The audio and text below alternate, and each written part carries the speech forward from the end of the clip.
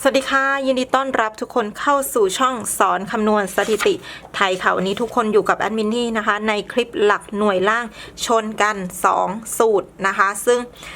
สูตร1แอดมินแชร์ไปละนะคะสูตรนี้เป็นสูตรเก่านะคะสถิติของเขาเนี่ย30งวดหลุด1เข้า1ล่าสุดหลุด2ดังนั้นรอบนี้มีโอกาสลุ้นนะคะมีโอกาสลุ้นจริงๆนะคะแล้วก็ถ้าอีกสูตรหนึ่งที่แอดมินปรับ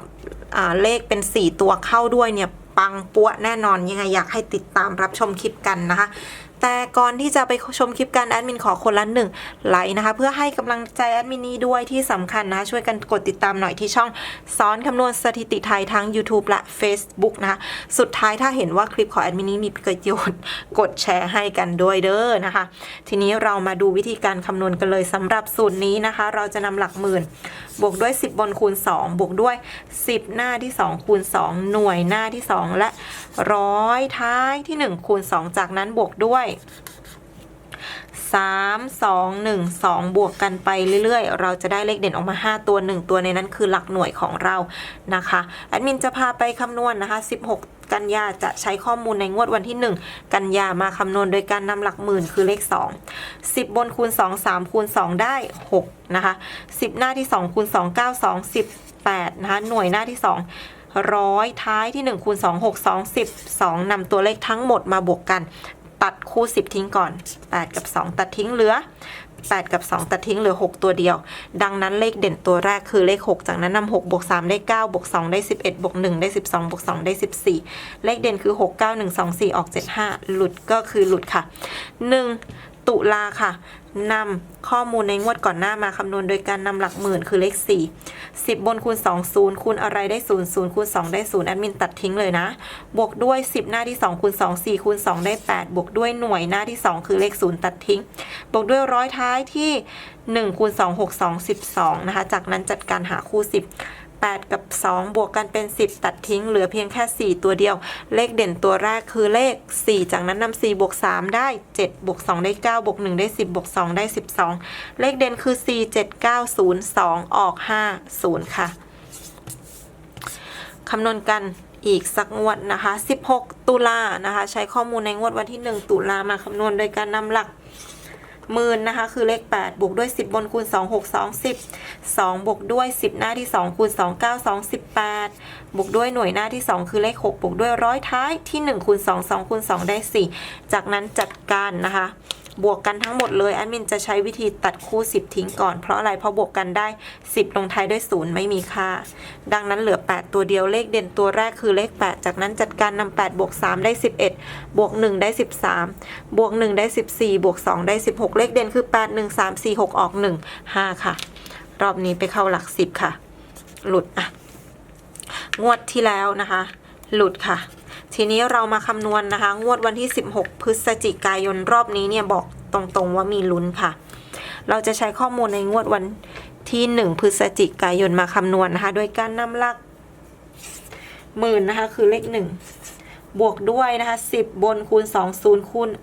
อะไรได้0 0คูณ2ได้0บวกด้วย10หน้าที่2คูณ2 3คูณ2ได้6บวกด้วยหน่วยหน้าที่2คือเลข9บวกด้วยร้อยท้ายที่1คูณ2 3คูณ2ได้6จากนั้นจัดการนำทั้งหมดมาบวกกันแอดมินจะใช้วิธีการตัดคู่10ทิ้งก่อนนะคะเหลือเป็น6บวก6ได้12เลขเด่นตัวแรกคือเลข2จากนั้นนำ2บวก3ได้5บวก2ได้7บวก1ได้8บวก2ได้10เลขเด่นคือ0 2 5 7 8ทุกคนแคปไว้เลยแอดมินว่ารอบนี้มีโอกาสมานะคะอ่ะไปทีนี้นะคะพอเราได้แบบนี้แล้วปุ๊บเราไปดูกันเลยนะคะแอดมินทำสรุปมาให้แล้วล่ะทุกคนหลักหน่วยล่าง2สูตรชนกันนะคะนี่สูตรที่แอดมินแชร์ไปก่อนหน้านี้นะคะเป็นการปรับสูตรจากเลข3ตัวที่หลุดเป็น4สูตรนะคะได้1 2 3 6นะคะแล้วก็สูตรนี้ได้0 1 2 5 7 8ดังนั้น2สูตรชนกันได้เลข2ตัวเดียว นะคะและถ้า2สูตรชนกันจบนะคะที่เลข2ตัวเดียวและสถิติเลขที่ออกวันพุธนะคะในส่วนของเลขล่างนะเฉพาะเลขล่างเด่น07รอง25หลักหน่วยนะคะคือ02567นี่นะคะ02567ถ้าชนกับทั้งหมดทั้งมวลก็คือเลข2แน่นอนดังนั้นแอดมินให้เด่นที่สุดคือเลข2ตัวเดียวเลยวิ่งล่างวิ่งหน่วยล่างตัวเดียวคือเลข2นะคะทีนี้ชุดรองก็คือ0567ทำไมเป็น0567นะคะ0ชนกับสูตรที่1 5ชนกับสูตรที่1 6ชนกับสูตรที่2 7ชนกับสูตรที่1ดังนั้นชนกัน2สูตรก็คือกลุ่มตัวนี้ให้เด่น2รองที่0567ค่ะทุกคนนี่คือการสรุปหน่วยล่างทั้งหมด3สูตรแล้วค่ะทุกคนแคปไว้ค่ะ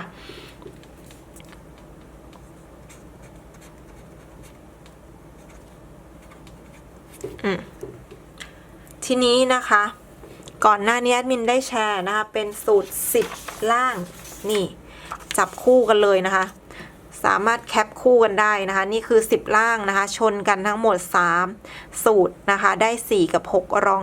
9หน่วยล่างนะคะชนกันเด่นที่2ตัวเดียวเลขน้อยมากๆรองที่0567ถ้านะคะแอดมินอยากจะจับตัวเลขให้น้อยที่สุดนะคะก็คือนำเฉพาะตัวเด่นมาจับกันเลยก็เป็น4262แล้วก็92ได้เลขเพียงแค่3หางสำหรับคนงบน้อยใครงบเยอะหน่อยก็เอา0567เข้าไปจับด้วยนะแต่ว่าคลิปนี้สำหรับคนงบน้อยค่ะนะคะ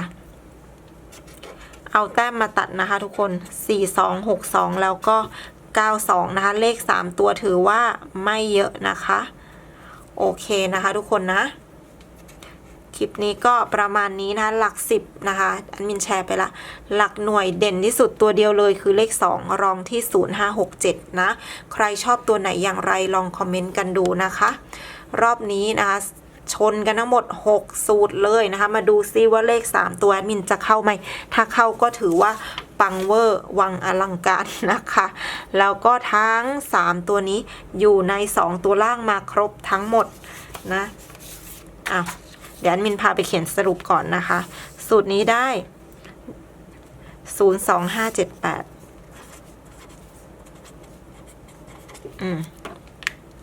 02578ชนกันที่เลข2ตัวเดียวนะคะ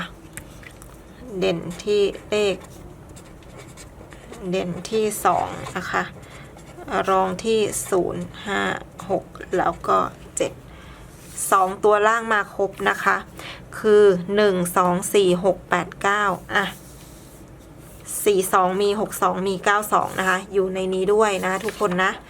ก็ตามนี้นะคะ3หางวัดใจนะคะลองวัดกันดูซิว่าจะมาไหมอย่างไรลองคอมเมนต์กันดูค่ะสำหรับวันนี้แอดมินต้องขอตัวลาไปแล้วถ้าอยากให้แอดมินลงคลิปไหนอย่างไรลองคอมเมนต์กันดูนะคะสุดท้ายนี้แอดมินขอให้ทุกคนโชคดีเกลกี้ถูกลอตเตอรี่ถูกเลข3ตัวถูกเลข2ตัวขอให้ทุกคนเฮงๆปังๆรวยนะคะรับทรัพย์กันทั่วหน้าในวันที่16พฤศจิกายนนี้นะคะสำหรับวันนี้สวัสดีค่ะ